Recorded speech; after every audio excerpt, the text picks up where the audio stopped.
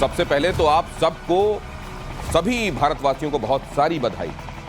हालांकि ये एक बहुत बड़े घाव में छोटी सी ड्रेसिंग जैसा है, लेकिन द रेजिस्टेंस फ्रंट, वो आतंकवादी समूह जिसने पहलगाम में वो तबाही बर्पा की थी, जिसके बाद ऑपरेशन सिंदूर में पाकिस्तान को सबक सिखाया गया था, तो वो जो फ्रंटल ऑर्गेनाइजेशन है लश्कर तैयबा का, आज उसको अमेरिका ने आतंकवादी मान लिया है।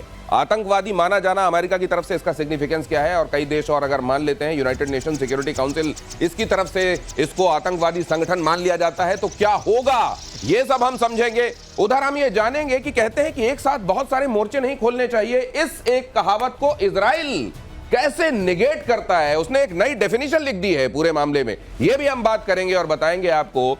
रशिया और रशिया के साथियों पर सैंक्शन की बात जब कही जा रही है, तो भारत ने इसका क्या जवाब दिया है। लेकिन पहले यह खबर देखिए कि इजराइल का लेबनान पर भीषण हमला हुआ है। हिजबुल्लाह के ठिकानों पर बरसाए बम। कहा तो यह जा रहा है कि इजराइल की जो डिफेंस फोर्सेस हैं वो लेबनान में उसकी जमीन के अंदर दाखिल हो गई हैं। ईरान के साथ आप जानते हैं हिजबुल्लाह खड़ा हुआ है, और पूर्वी लेबनान के बेका वैली को हिजबुल्लाह का गढ़ माना जाता है। यहीं पर इजराइल के लड़ाकू विमानों ने जबरदस्त स्ट्राइक की है। ग्राउंड फोर्सेस क्या वाकई गई हैं या ये सिर्फ कहा सुनी की बातें हैं, ये तो नहीं मालूम, लेकिन जो तस्वीरें हैं आपके सामने हैं। एयर मार्शल पीके श्रीवास्तव हमारे साथ इस चर्चा में जुड़ रहे हैं, मेजर गौरव आर्य मुझको ज्वाइन कर चुके हैं। आप दोनों का बहुत स्वागत। और ये हम लगातार चर्चा कर रहे हैं इजराइल के मादे की, उसके जज्बे की, उसकी, लेकिन ये हमेशा से कहा जाता रहा, don't open all the fronts together. जी, इसको कैसे डिफाई करता है ये इजराइल? देखिए, क्योंकि इजराइल, दिनेश भाई, it is surrounded by enemies, और इजराइल को पता है कि जितने की बमबारी ये कर रहा है, जितने भी देश हैं, ये सारे के सारे एक तरीके से मिले हुए हैं इजराइल के खिलाफ।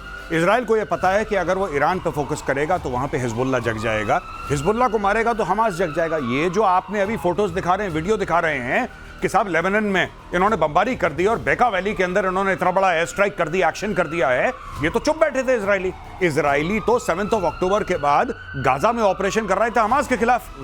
ये हिजबुल्लाह को बीच में खुजली हुई कि साहब इतनी बड़ी लड़ाई और हम लोग ऐसे बैठे हैं जैसे शादी में मेहमान, हमें भी मंडप में कूदना चाहिए। तो ये मंडप में कूदने का इनको प्रसाद मिल रहा है, ये बेसिकली ये स्टोरी है। वैसे दिनेश एक बात और है, बेका वैली को 1967 में भी इजराइल ने पूरा का पूरा ध्वस्त किया था।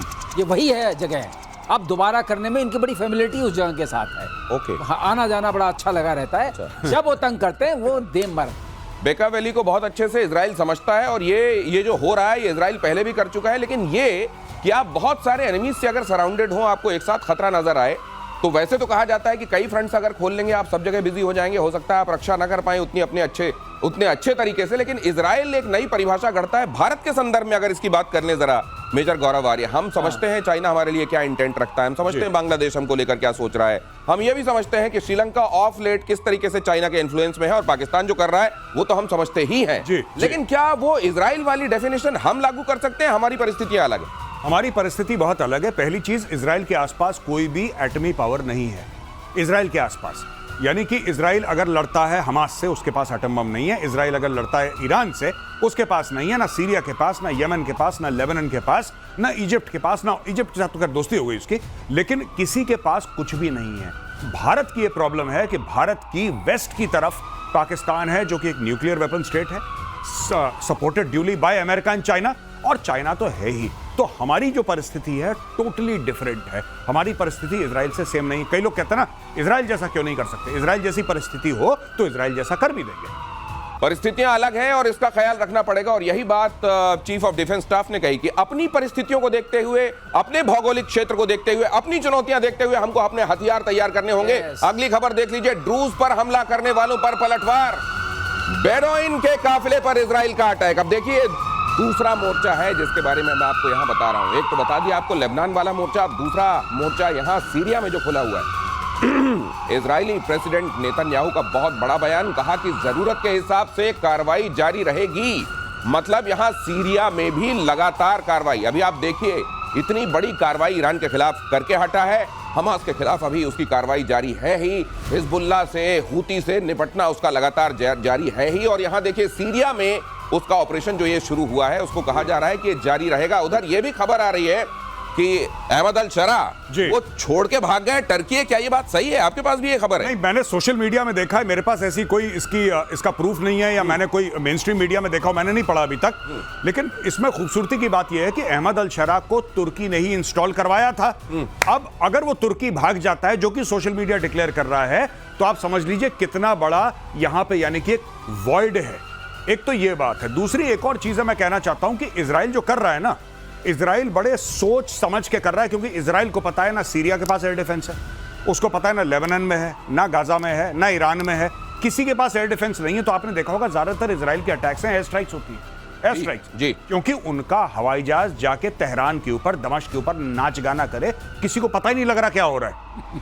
ये जो बात कही जा रही है, एक और बात समझिए, अगर अहमद अल शरा वहां टर्की की तरफ से प्लांट किए गए थे, तो फिर उनका वहां से भागना, वापस टर्की पहुंचना, ये जो वॉइड की बात की जा रही है, यहां पाकिस्तान के सीने में क्या चल रहा होगा जरा वो भी समझेंगे। लेकिन सीरिया के राष्ट्रपति, रक्षा मंत्री के राजधानी दमिश्क छोड़ने की खबरों के बीच, राष्ट्रपति अहमद अल शरा परिवार के साथ दमिश्क छोड़कर भागने की खबरों के बीच, ये अल शरा के इदबीब की तरफ भागने की खबरें भी हैं। सीरिया का इदबीब शहर तुर्की सीमा के करीब है। प्रेसिडेंट अल शरा के दमिश्क छोड़ने की बात ऐसे वक्त में कही जा रही है जब ड्रूज बहुल सुवेदा में फिर से सीरियाई सैनिकों ने मोर्चा संभाल लिया है। तो सवाल ये है कि ये जो खलीफा बनने की चाहती, ये भी समझाइए सर, ये जो यहाँ पे कहा जा रहा है अहमद अल शरा गए इदबीब की तरफ भागे और वहां टर्की दिखाई दे रहा है, तो ये जो आपने कहा, ये क्योंकि वो सभी जो टर्की को खलीफा बनते देखना चाहते हैं, उनको क्या बीत रही होगी, उन पर, पाकिस्तान पर क्या बीत रही होगी? देखिए, पाकिस्तान सिंपल सी बात है, आपको पता है पाकिस्तान आज की तारीख में क्या कर रहा है, तुर्की के ड्रोन्स बेच रहा है। और इनको आदत है, एक टीवी सीरियल बनाई थी तुर्की ने,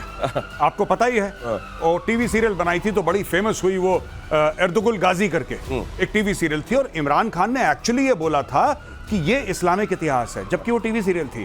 तो ये एक उनके दिमाग में है कि जो तुर्की है, it will become the head of the Muslims world wide. और ये फिर सऊदी अरब से पैसे भी लेते हैं पाकिस्तानी।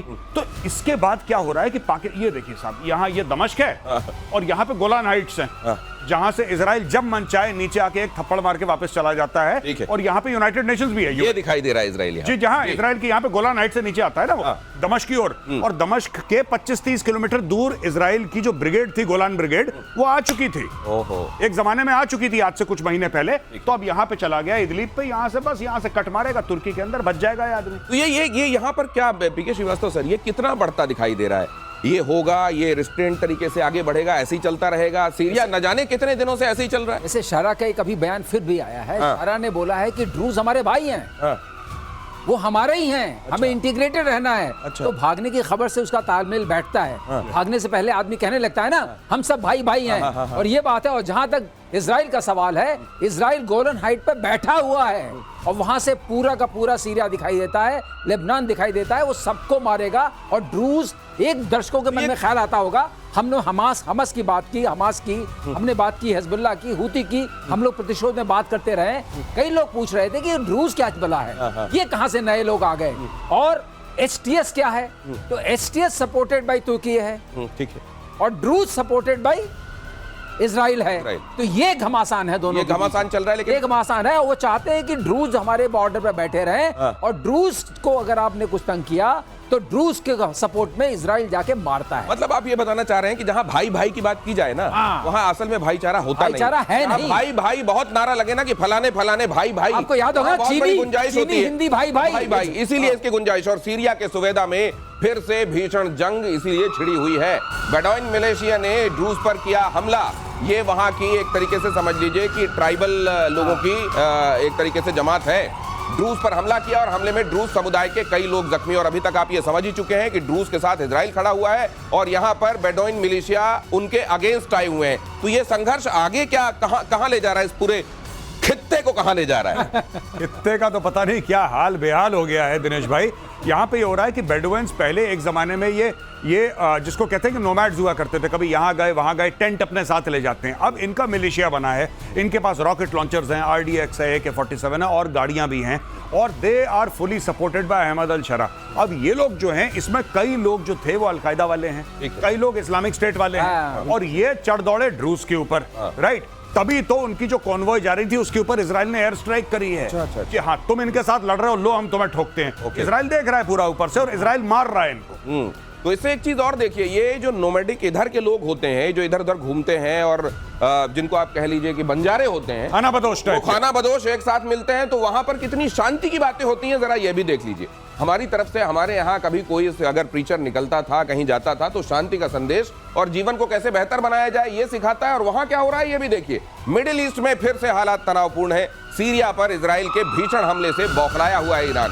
इजराइल की घेराबंदी का ईरानी फरमान जारी।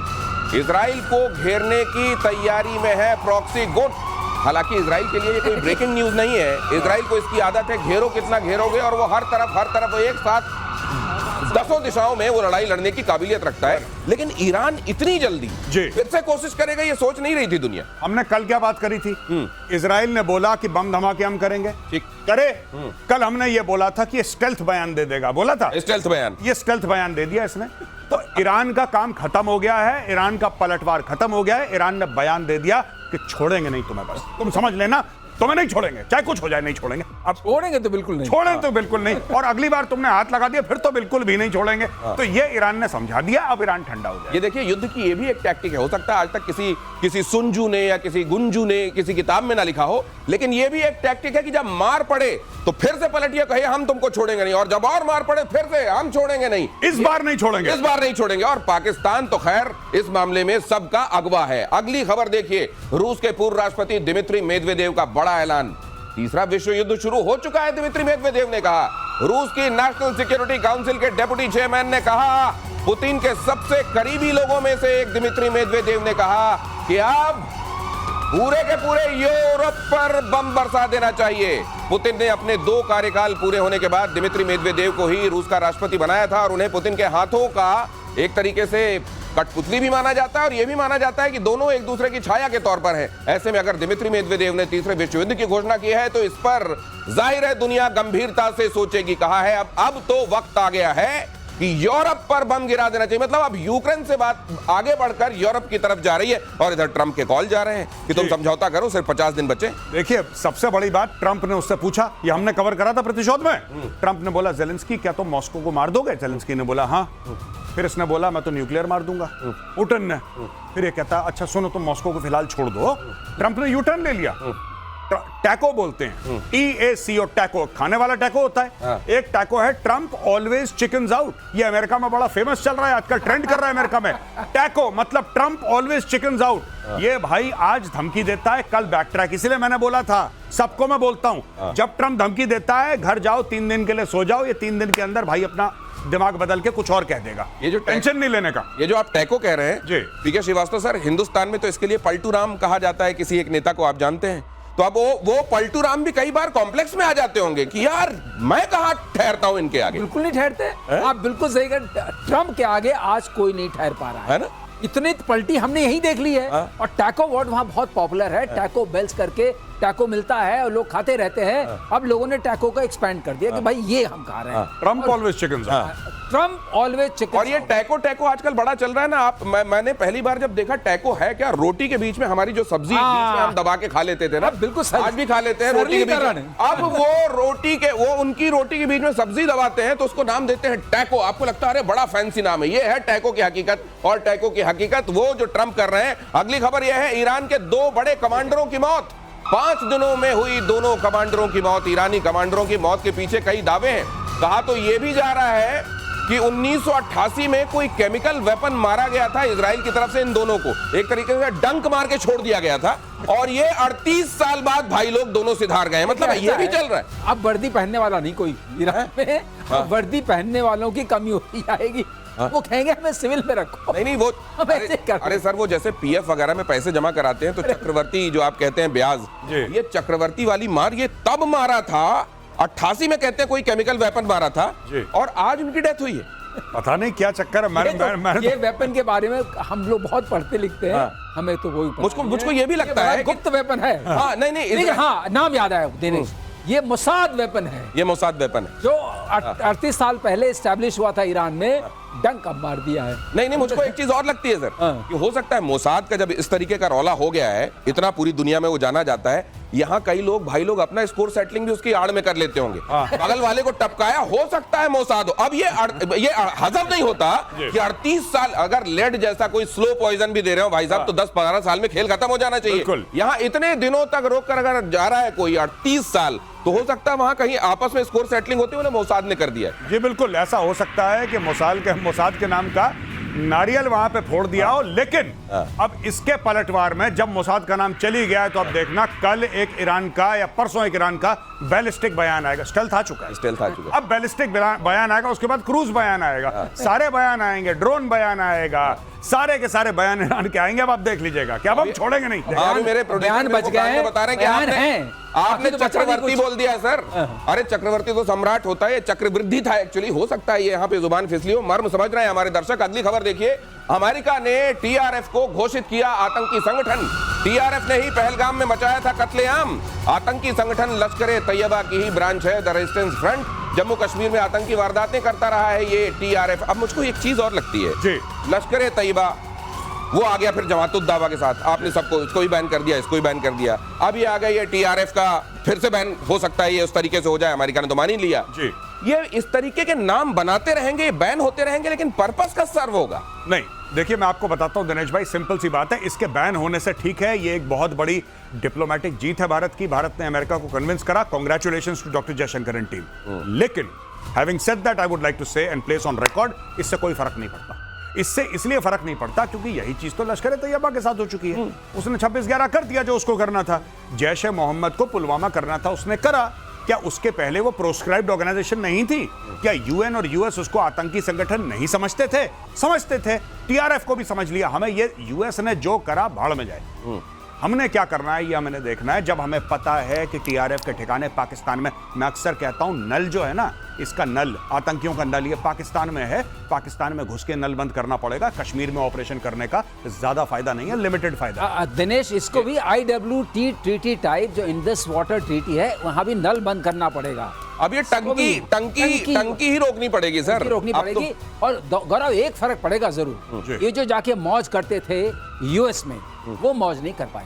अच्छा, यूएस का ट्रैवल बंद हो जाएगा। और अगर उन्होंने तो सर ये बताइए, द रेजिस्टेंस फ्रंट की जगह ये द रेजिलियंस फ्रंट नाम से आप सामने आ गए। नाम वहां हाँ, तो नाम बदलेंगे फिर सामने आ जाएंगे, सामने आ जाएंगे, ये बात है। लेकिन ये बंदे जो उसमें अभी लिस्टेड हो गए हैं, इनका जाना आना बंद हो जाएगा यूएस में। इनका अगर कुछ वहां घर वगैरह है तो फ्रीज हो जाएगा। इतना ही फर्क पड़ेगा। ये तो वहां जाना चाहते हैं सर, यूएस कहां जाना? हाँ, नहीं, ये वाले नहीं जाना चाहते। नहीं, यूएस में चाहते हैं। 72 यूएस में थोड़ी मिलती है, तो ऊपर मिलती है सर। लेकिन 72 हूर औरों को भेजेंगे ना, जो मदरसे में रखा है। तो मैं भारतीय सेना से रिक्वेस्ट करूंगा कि ये ऊपर जाना चाहते हैं तो आप व्यवस्था कीजिए, फिर व्यवस्था कीजिए, फिर तो किसी भी नाम से आए व्यवस्था हो जानी चाहिए। बहुत बार कह चुके हैं कि प्रीएम्प्शन इज द बेस्ट वे। हाँ, और वो जो आप कह रहे हैं ना सर कि नल बंद होना चाहिए, अब तो सर तारा सिंह टाइप नल उखाड़ देना चाहिए सर।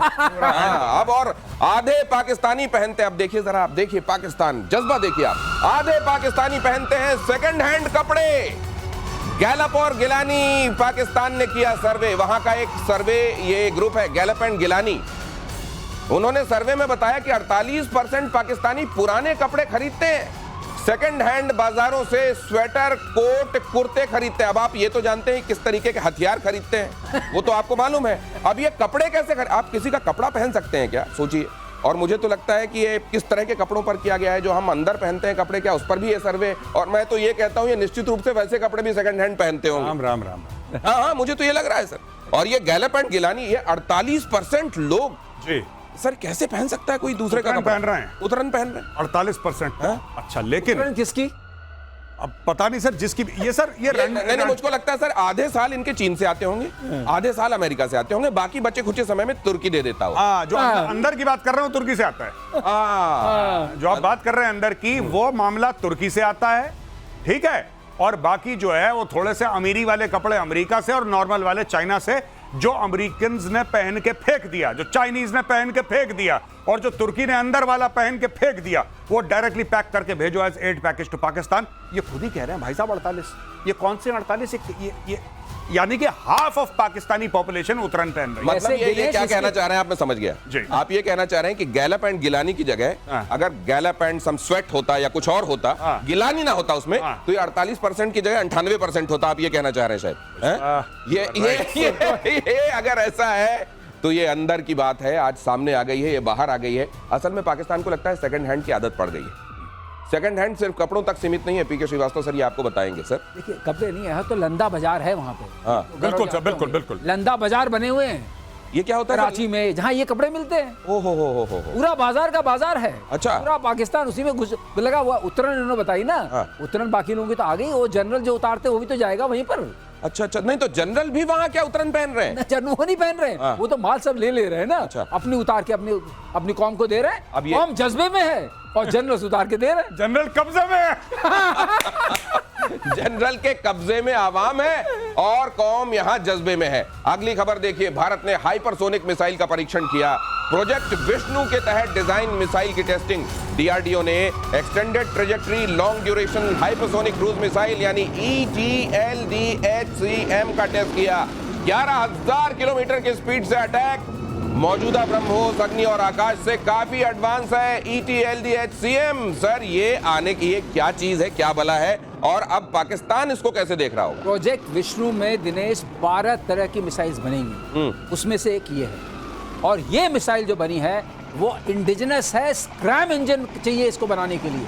और एक बात याद रखिए, बैलिस्टिक और क्रूज, ये क्रूज मिसाइल है। क्रूज मिसाइल का मतलब यह है कि कोई भी radar, forget about Pakistan, China, कहीं भी इसको न तो पकड़ पाएगा, टेरेन हगिंग जा सकती है। मतलब बिल्कुल जमीन के आस जमीन से चिपक के। और उसको पकड़ेंगे कैसे आप, और बीच में मैनोवर कर सकते हैं आप इसको, तो यहाँ से वहाँ भेज सकते हैं। बैलिस्टिक में प्रॉब्लम ये होती है कि उसकी प्रोजेक्टाइल होती है, एक तो टाइम मिलता है, आप देख सकते हैं। जमीन के करीब होगी। ब्रह्मोस से 3 गुना कहते हैं, 8 गुना, 8 गुना स्पीड है। ब्रह्मोस से 8 गुना ध्वनि की रफ्तार से, ओ माय गॉड, 8 गुना ध्वनि की रफ्तार से 11,000 किलोमीटर। हाँ मतलब ब्रह्मोस की रफ्तार से 3 गुना ज्यादा, आवाज की रफ्तार से 8 गुना 8 गुना ज्यादा। जमीन के करीब राडार तो भूल जाए किसी भी तरीके का पकड़ने से। कोई अभी तक तो कोई नहीं और है। रेंज क्या है? 500 को चैलेंज कर सकती है ये। सर रेंज क्या है पाकिस्तान के हिसाब से, जरा रेंज समझाइए। पाकिस्तान तो 1500 2000 तक है। पाकिस्तान तो तब पार करे जब इसका तेल खत्म हो जाए। ठीक है, वो जो स्कूटर को टेढ़ा करके स्टार्ट करके निकलते हैं ना पेट्रोल पंप तक, उतने में तो पाकिस्तान को ठोक देगी। और रिजर्व लगने से भी आगे वाली स्थिति आ जाए तब भी ये पाकिस्तान को तो पार कर ही लेगी। और अब भारतीय नौसेना का अल्ट्रा एडवांस युद्धपोत। अगली खबर देखिए, भारत कैसे दिनों दिन सशक्त होता जा रहा है, उसकी खबर देखिए। अल्ट्रा एडवांस युद्धपोत पहले दौरे पर चेन्नई पहुंचा। चेन्नई पोर्ट पर INS नीलगिरी का जोरदार स्वागत। स्वदेशी INS नीलगिरी अगली पीढ़ी का स्टेल्थ फ्रिगेट।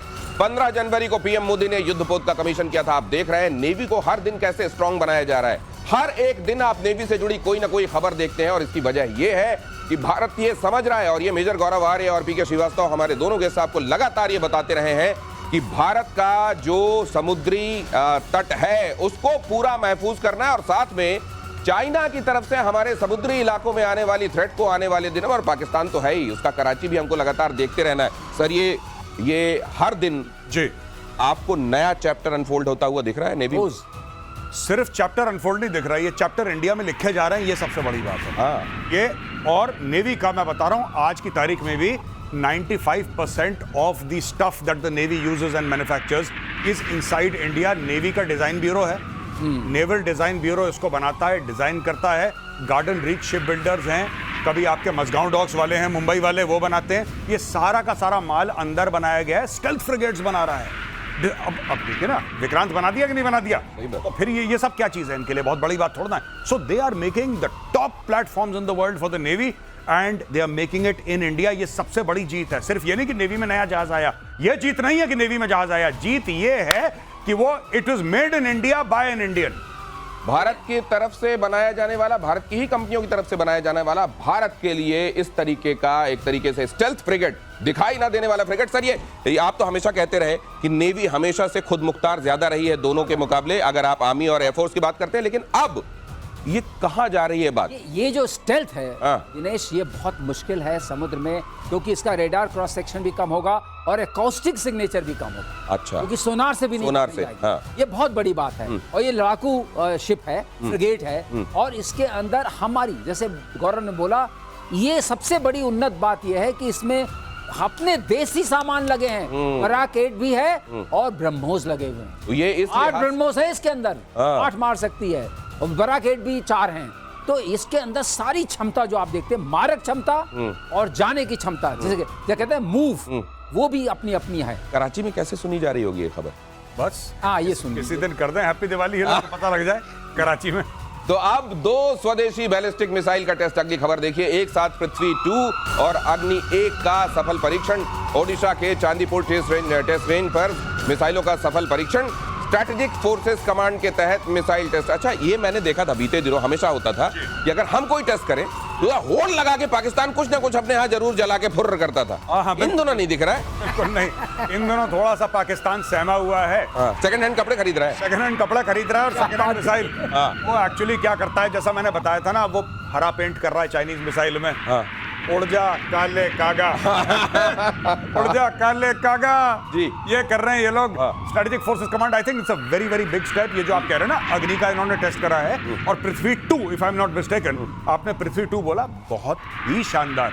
और अब ये इनको पता लग गया है स्ट्रेटेजिक फोर्सेस कमांड का, ये जो है पूरा फ्रेज एसएफसी का स्ट्रेटेजिक फोर्सेस कमांड, ये दिनेश भाई मैं काफी टाइम के बाद मीडिया में सुन रहा हूँ, काफी टाइम के बाद। और जितने भी ये बैलिस्टिक मिसाइल्स हैं और एडवांस सिस्टम्स हैं, ये सब स्ट्रेटेजिक फोर्सेस कमांड के अंडर आते हैं। और ये दिखाता है ऑपरेशन सिंदूर के बाद रियलाइजेशन की कितना इंपॉर्टेंट है। एब्सोल्युटली, जो गौरव बोल रहे हैं उसी चर्चा को आगे बढ़ाते हुए, स्ट्रेटेजिक फोर्सेस कमांड की ट्रेनिंग बहुत इंपॉर्टेंट है। उड़ीसा वाले उसमें सर, जाके ऑपरेशन सिंदूर के समय हमारे जो डीजीएमओ थे, वो इसको अब देख रहे हैं सीधे, क्या इसलिए ये चर्चा ज्यादा सुनने में आ रही है? नहीं, इसलिए नहीं। इस तरह की दोनों मिसाइल्स का एक साथ करना, जैसे बाई वन गेट वन वाला आता मामला ना, अच्छा अच्छा अच्छा, तो ये भी दिखा दिया कि अग्नि भी चल रही है और पृथ्वी भी चल रही है। तो इसका मतलब strategic forces command is in command of its assets, अपने एसेट्स को कमांड करती है। उसके बाद ट्रेंड लोग हैं, मौका पड़ा तो मारेंगे भी। और चिंता मत करना, पाकिस्तान में अगर तुमको चाहिए तो इसको हम सेकंड हैंड नहीं देंगे, एकदम फर्स्ट हैंड देंगे और एकदम फ्री देंगे, जब भी चाहिए वो बताना। और प्रतिबंध पर नेटो चीफ को भारत का करारा जवाब। हमें पता है हमारी प्राथमिकता, विदेश मंत्रालय ने कहा। रूस से तेल खरीदने पर दी थी बैन की धमकी, अब विदेश मंत्रालय ने कहा दोहरा मापदंड नहीं चलेगा। ऊर्जा जरूरत को पूरा करना हमारी प्राथमिकता, हम वैश्विक परिस्थितियों को देखकर ही फैसले लेते हैं। नेटो चीफ ने कहा था अगर पुतिन ने यूक्रेन पर हमला नहीं रोका तो रूस से तेल खरीदने वाले देशों पर भी बैन लगा देंगे। अब सवाल यह है कि यूरोप के तो न जाने कितने देश अपनी ऊर्जा जरूरतों को आज भी रशिया से पूरा कर रहे हैं, और नेटो कंट्रीज हमको बताएंगी कि अगर तुम रशिया से तेल खरीदोगे तो बैन लग जाएगा।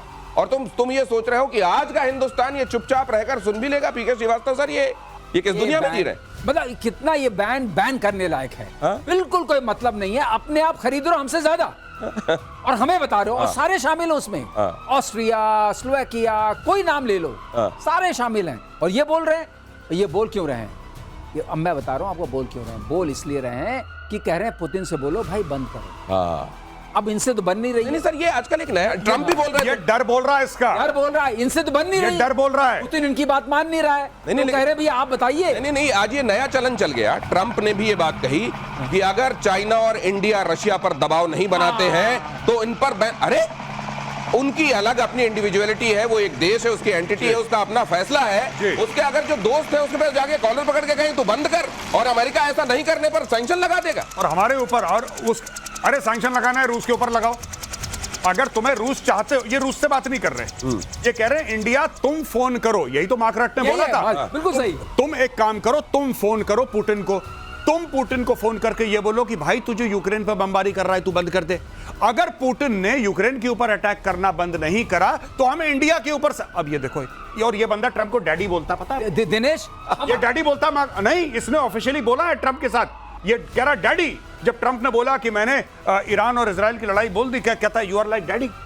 इसने डैडी बोला है मार्क रट ने, जो भारत को धमकी दे रहा है, तो अपने बाप की तो आवाज बोलेगा ये। नहीं, एक और बता दें, इससे इसने अपने खुले शब्दों में कहा है, ये हमारा इंटरप्रिटेशन नहीं है, इसने खुले शब्दों में बोला है कि हम इसलिए बैन लगा रहे हैं, इसलिए टैरिफ लगा रहे हैं क्योंकि ये बात करें पुतिन से कि मामला ठीक नहीं है, हम भी खतरे में आ रहे हैं। बताइए, आपसे संभलता नहीं, हम कॉलर पकड़े। लेकिन इसमें जो डैडी वाली बात पर आपके याद आया कि जो लोग इस तरीके से डैडी बोलते हैं ना अचानक मौसम बदलने पर, उनकी बात को बहुत गंभीरता से नहीं लेना चाहिए जी। क्योंकि जरूरत पड़ने पर किसको बाप बोला जाता है ये दुनिया जानती है। ये गोरा पाकिस्तानी है। तो ट्रंप को इस पर बहुत, ये गोरा पाकिस्तान, इसके भी लक्षण वैसे ही हैं जैसे पाकिस्तानियों के हैं। कभी अमेरिका को पापा, कभी चीन को, अब इसने डोनाल्ड ट्रंप को बना रखा है मार्गरेट ने। अब देखिए जरा, और इधर चीन पर ट्रंप के खुलासे से दुनिया में हड़कंप है। अमेरिकी राष्ट्रपति डोनाल्ड ट्रंप का बहुत बड़ा दावा, ट्रंप के मुताबिक अफगानिस्तान के बगराम एयरबेस के पास चीन एटम बॉम्ब बना रहा है। ट्रंप ने कहा कि बगराम एयरबेस काबुल से 44 से 60 किलोमीटर दूर है, जो अब चीन के नियंत्रण में है। बगराम एयरबेस पर अमेरिका का कब्जा था। बाइडेन प्रशासन ने 2021 में वापसी के बाद यहां अरबों डॉलर के हथियार छोड़ दिए थे। अब मुझको लगता है एक बार फिर से जी। ये अफगानिस्तान गए, वहां बड़े सालों तक रहे, फिर इनको रुसवा होकर निकलना पड़ा। अब फिर मुझको लगता है उसकी चटनी बनानी है कहीं पे इनको, चीन का नाम लगा के फिर से अपना सिलबट्टा लेके आ जाएंगे। ये सिलबट्टा लेकर आए और आसिम मुनीर यहाँ पे काम आएगा। जो बीच में आप डिस्कस करते हैं ना कि आसिम मुनीर को प्रेसिडेंट बना देंगे, आसिम मुनीर और जरदारी को उतार देंगे और ईरान को धोखा देने के लिए, तो ईरान और अफगानिस्तान दोनों अगल बगल हैं, दोनों के साथ बॉर्डर मिलता है पाकिस्तान का। आज की तारीख में ट्रंप का क्या मतलब है? ट्रंप का ये मतलब है कि देखो भाई ऐसा है, ये जो पूरा मामला है ना यहाँ पे बगराम एयरबेस का, Bagram airbase actually Soviet base होता था। 79-89 के बीच में यूएसएसआर का बेस हुआ करता था। उसके बाद वहां पे अमेरिकन आ गए। अब इसका कहना है वहां पे चाइनीज आ गए। और चाइनीज क्यों आ गए? क्योंकि चाइनीज ये नहीं कहते कि अफगानिस्तान में गर्ल एजुकेशन नहीं है, वुमेन एजुकेशन नहीं है, राइट वाइट। वो कहते हैं यार धंधे की बात करो, कितना पैसा चाहिए, क्या माल है। चाइनीज ये बात करते हैं। अमेरिका कहता है हम ये नहीं करेंगे, तुम्हें एक्सेप्ट नहीं करेंगे। चाइना वहां का जो एम्बेसडर था वो तो शी जिनपिंग से मिला है भाई। हाँ बिल्कुल, वो शी जिनपिंग से मिला है। वो डायरेक्ट बिजनेस की बात कर रहा है चाइना। और चाइना क्यों ना हो वहां पे भाई, तुम वहां से क्यों भाग गए? सबसे बड़ी बात, तुम्हें नहीं भागना चाहिए था। अब ये मैं बता रहा हूं, मुनीर जो है ना, मुनीर के तो हाथ पे लिखवा दो, जो दीवार फिल्म में नहीं कहता ये देखो इसने हाथ में लिखा है, तो यार मुनीर को लिखवाओ कि उसका बाप चोर है। मैं बता रहा हूं, ये बंदा दलाली कर रहा है तुर्की के लिए, ये बंदा दलाली कर रहा है इसके चाइना के लिए, क्योंकि इसके पास पैसा तो है नहीं कि सामान खरीदे। तो कह रहा है ठीक है साहब, एक पे एक रॉकेट फ्री में इतना बेच दूंगा, इतने तुम मुझे दे देना। ये कांड कर रहा है ये सबका। ये है हकीकत, और ये हकीकत इस तरीके से थ्रेडबेयर हकीकतों के खोले जाने का सिलसिला सिर्फ प्रतिशोध में होता है। अब ये देखिए, यमन में ईरान को बहुत बड़ा झटका लगा है। ईरान से आ रहे 7 टन हथियार जब्त हुए हैं, मिसाइल, ड्रोन पार्ट्स और वॉरहेड्स जब्त हुए हैं। हूती विद्रोहियों के लिए ये तोहफे भेजे जा रहे थे, लेकिन हथियारों की एक खेप हूतियों के पास पहुंचने से पहले ही रोक ली गई। ये कार्रवाई यमन की निर्वासित सरकार से जुड़ी नेशनल रेजिस्टेंस फोर्स ने की है। अब देखिए जरा, ईरान को अभी अभी इजराइल ने, आपने देखा, धुआं कर दिया, लेकिन उसके बावजूद हूतियों को, हिजबुल्लाह को कहीं कमी ना पड़ जाए। जिस तरीके से मालिक चिंता करता है अपने साथ काम करने वालों की, उसी तरीके से ये यहाँ पर चिंता में भेजा जा रहा था, लेकिन हूतियों को पहुंचे उससे पहले पकड़ लिया गया। सर ये रसद सप्लाई गजब है। यही तो हम लोग का बात करते थे कि माल वहीं से आ रहा है, वहीं से आ रहा है, वहीं से आ रहा है। अब इनका खत्म हो गया। उनको रेड सी के ऊपर अपना दिखाना है कि रेड सी के ऊपर कुछ न कुछ तो डालते ही रहना चाहिए। अब उन्होंने जो है इसको रसद की सप्लाई कट कर दी, क्योंकि इतना मार दिया उनको, इजराइल ने इतना मार दिया कि जो वहां की बची खुची सरकार यमन की है, जो नॉर्थ में ही रहती है, साउथ में इस तरफ नहीं रहती है, उसके अंदर भी इतना दम आ गया कि उसने रोक लिया। लेकिन इसे कहते हैं एम्पावरमेंट। लेकिन मुझको लगता है सर ये एक जहाज पकड़ लिया है, ईरान तो और 10 भेज देगा सर। नहीं, कहाँ है? नहीं, दिनेश चिंता की बात नहीं है। ये बचा कुचा माल आ रहा था, अब स्टोर खाली हो रहा है, क्योंकि जैसे स्टोर पे कुछ बनना शुरू था, ऊपर से धमाका। ये बयान क्यों दे रहा है ईरान? बयान इसलिए दे रहा है क्योंकि मिसाइल अब नहीं है बाकी। अच्छा, तो वो जो स्टेल्थ बयान है, ड्रोन बयान है, 5th जनरेशन बयान है। सर एक चीज और समझ में आ रही है मुझको कि एक जहाज में 3-4 कुछ वॉरहेड्स, कुछ टूटी फूटी मिसाइलें पकड़ करके फोन करके पकड़वा दो, और अगली बार हूती वालों को ये बोलो कि भाई नहीं भेज सकता, पकड़ रहे हैं यहाँ पे। ये भी बहुत मुमकिन है कि हो रहा हो कि ईरान खुद ही करा रहा हो, रास्ते में इसको पकड़ लिया जाए, और कम से कम मेरे ऊपर जो प्रेशर है हूती को हथियार भेजने का है, तो मेरा ही आदमी, तो कम से कम मैं कहता हूं बहुत मजबूर हूं अभी। अगली खबर देखिए, मेक इन इंडिया की बहुत बड़ी कामयाबी, भारत में ही फाइटर जेट के इंजन बनाने की तैयारी। भारत और फ्रांस मिलकर बनाएंगे jet engine.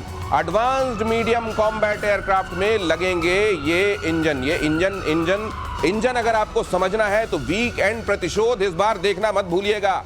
War room weekend प्रतिशोध में हम आपको यही बताएंगे कि फाइटर जेट्स के मामले में हम कहां हैं, फाइटर जेट्स में किन किन चीजों को हम बनाने लगे हैं और किन चीजों के बनाने में अब भी गुंजाइश है। सर ये कैसी खबर? जी बहुत बढ़िया खबर है। 2 कंपनी से बात चल रही है। अब हम एक्चुअली 3 कंपनी से, लेकिन मैं 2 कंपनियों की बात करूंगा। एक तो फ्रांस की कंपनी है साफरान से बात कर रहे हैं। साफरान वही कंपनी है जिसका इंजन राफेल में लगा है। तो एक तो ये स्टोरी है। दूसरी बात चल रही है रोल्स रॉयस से, जिसकी लग्जरी गाड़ियों के बारे में सब लोग जानते हैं, लेकिन एक बात आप लोग ये भी पहचान लीजिए कि जितने भी बड़े बड़े एयरलाइनर्स हैं या जितने भी फाइटर जेट्स हैं, खासतौर से यूरोप के और कहीं के, इसमें आपको दिखेंगे रोल्स रॉयस के इंजन। तो उससे भी बात कर रहे हैं, वहां पे जापान से भी बात कर रहा है भारत फाइटर जेट का, और ये जो F414 है उससे भी बात चल रही है को प्रोडक्शन की, ट्रांसफर ऑफ टेक्नोलॉजी की, जो कि तेजस मार्क 2 की बात कर रहे हैं लोग। तो ये सारी की सारी चीजें अब I think it's only a matter of time. Sir आप बेहतर बताएं। अब ये देश लग रहा है मिशन मोड में है कि एरो इंजन बनाना है। जैसे हम लोग बात करते हैं कि अगर जहाज में 4 चीजें हैं, असला आपका होना चाहिए, मिसाइल्स, ये सब आपका, रडार होना चाहिए, आपका एरो स्ट्रक्चर होना चाहिए और आपका एरो इंजन होना चाहिए। 3 में है हमारे पास चीजें, एक चौथी की ढूंढ पर। चौथे इंजन मामले में भी हम खुद मुख्तार होने वाले हैं बहुत जल्द, और RIC के फिर से एक्टिव होने के संकेत। बहुत अहम खबर, ध्यान से देखिए। भारत, रूस, चीन तीनों फिर एक साथ करेंगे काम। चीन के बाद अब भारत ने इस तिकड़ी के रीएक्टिव होने के संकेत दिए। लंबे समय से रूस इस पर कर रहा है काम। सर ये अगर RIC, वैसे तो मेरे को लगता है कि क्या ये वजूद में आएगा, लेकिन अगर आकर वैसे काम करने लगा तो अमेरिका तो थरथरा जाएगा सर। ये थोड़ा सा मामला हिला हुआ है, लेकिन सांकेतिक है। सांकेतिक है कि अगर आप नाटो करोगे, हमारे खोपड़ी पे चढ़े रहोगे, ये टैरिफ, वो टैरिफ, 500%, 400%, सैंक्शन, तो हमें कुछ तो कुछ करना पड़ेगा देश के लिए। और ये सर पॉसिबिलिटीज तो एग्जिस्ट करती हैं, कुछ भी, किसी भी संभावना से इनकार नहीं हो सकता। बिल्कुल पॉसिबिलिटीज एग्जिस्ट करती हैं। और अगर मैं आपको बता रहा हूं, अगर चाइना का इतना एग्रेसिव पोस्चर ना होता और चाइना वो सब ना करता, लाइन ऑफ एक्चुअल कंट्रोल पे बदतमीजियां जो चाइना कर रहा है, मुझे लगता है आसानी से बन भी सकता था। इंडिया चाइना पे भरोसा नहीं करता, सबसे बड़ी बात ये है, ये प्रॉब्लम है। इंडिया क्यों नहीं प्लेन्स ले रहा अमेरिका से? क्या इंडिया के पास पैसे नहीं है इसलिए नहीं ले रहा फाइटर जेट्स? क्योंकि कहीं ना कहीं ये भी रियलाइजेशन है कि America is not a trustworthy partner. ये सारा मामला ट्रस्ट पे चल रहा है, भरोसे का मामला है। लेकिन इधर RIC अगर होने पाया तो अमेरिकी एरोगेंस की तो RIP हो जाएगी। आगे देखिए, अमेरिका में ट्रंप की नीतियों का विरोध, शिकागो समेत कई शहरों में प्रदर्शन, ट्रंप की टैरिफ पॉलिसी का भी विरोध, डिपोर्टेशन, मेडिकल सुविधाओं पर प्रदर्शन। ट्रंप जो कर रहे हैं, दुनिया भर में तो दादा बन रहे हैं, लेकिन घर में उनकी राह मुश्किल होती जा रही है सर। नहीं बिल्कुल। और ट्रंप को लेके मैं बता रहा हूं आपको कि रिपब्लिकन पार्टी के अंदर बहुत लोग हैं जो ट्रंप के खिलाफ बोलने लगे हैं। वो लोग, दिनेश भाई, जो ट्रंप के नाम की कसमें खाते थे कि साहब ये है मसीहा जो अमेरिका को बचाएगा, he will make America great again, अब वो लोग 2 कदम पीछे कह रहे हैं यार तुम्हें जो करना है देख लो। अब वो कहने लगे हैं टैको टैको। और अमेरिका के ऑपरेशन मिडनाइट हैमर पर बड़ा खुलासा, ईरान में 3 में से 2 एटमी प्लांट को कोई खास नुकसान नहीं पहुंचा। हवाई हमले में सिर्फ फोर्डो प्लांट को गंभीर नुकसान हुआ है। नातांज और इस्फहान एटमी प्लांट को ज्यादा नुकसान नहीं हुआ है। नातांज, इस्फहान में जल्द शुरू हो सकता है यूरेनियम संवर्धन का काम। यह खुलासा अमेरिकी राष्ट्रपति डोनाल्ड ट्रंप के दावे के उलट है, जिसमें उन्होंने कहा था कि हमलों ने ईरान के परमाणु कार्यक्रम को पूरी तरह नष्ट कर दिया है। इससे बची खुची साख भी घर में गिरेगी ट्रंप की। बहुत गिर रही है। टोमोहाक, देखिए इस्फहान पर और नातांज पर टोमोहाक मिसाइल से अटैक किया था, जो सबमरीन से आई थी। इसका मतलब फेल कर गई, मामला चला नहीं। वो जो जितना जाना था ऊपर से गया। एक सिर्फ जिसकी हम बात करते हैं, जो स्टेल्थ फाइटर आया, स्टेल्थ बॉम्बर आया था, उससे जो गिरा फोर्डो पे, वही काम आया। तो इस बार अगर आपको कुछ करना है तो ऐसा काम कीजिए कि मिडनाइट हैमर जैसे दावे ना करने पड़े, ब्रॉड डे लाइट हैमर कीजिए, तब दुनिया मानेगी और जानेगी। बहुत धन्यवाद आपका मेरे साथ इस चर्चा में जुड़ने के लिए। प्रतिशोध में आज के लिए इतना ही।